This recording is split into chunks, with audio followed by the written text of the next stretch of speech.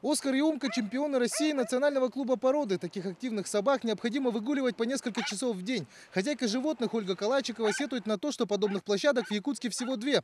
Многим собаководам нужно преодолевать большие расстояния, чтобы погулять с питомцами.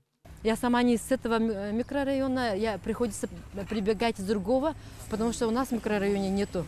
Впрочем, если в столице есть хотя бы 2 площадки, то в Мирном единственное место тренировок питомцев уже таковым не является. Собаководы жалуются, снаряды на ней давно сломаны. Люди, которые вот летом приходят сюда в парк, они разбирают просто все вот эти вот деревянные постройки и жарят шашлыки здесь и пьют пиво. Любители собак даже готовы сами построить себе площадку, лишь бы город предоставил стройматериалы. Но мэрия собирается перенести место для выгула, а здесь сделать парковку для посетителей парка. В рамках концепции развития городского парка, потому что там действительно будет удобно людям становиться, безопасно. Мирнинцы недоумевают, зачем сносить площадку и строить новую, если можно восстановить старую. Практика других субъектов России в этом плане более положительная.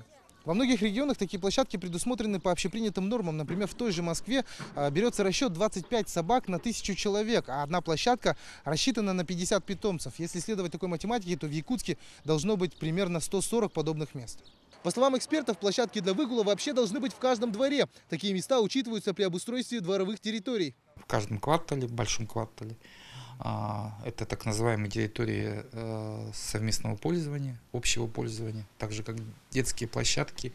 В мэрии Якутска не отрицают наличие такой проблемы. В этом году, по словам руководства города, принято решение построить 8 площадок. В каждом округе хотя бы по одному в этом году в рамках года труда на направлении «Светлый Якутск» построить площадки для выгула собак. Впрочем, собственники помещений в многоквартирных домах могут и сами позаботиться о строительстве подобных площадок внутри своего двора. Руководство города отмечает, ответственность по обустройству лежит на самих хозяевах территории.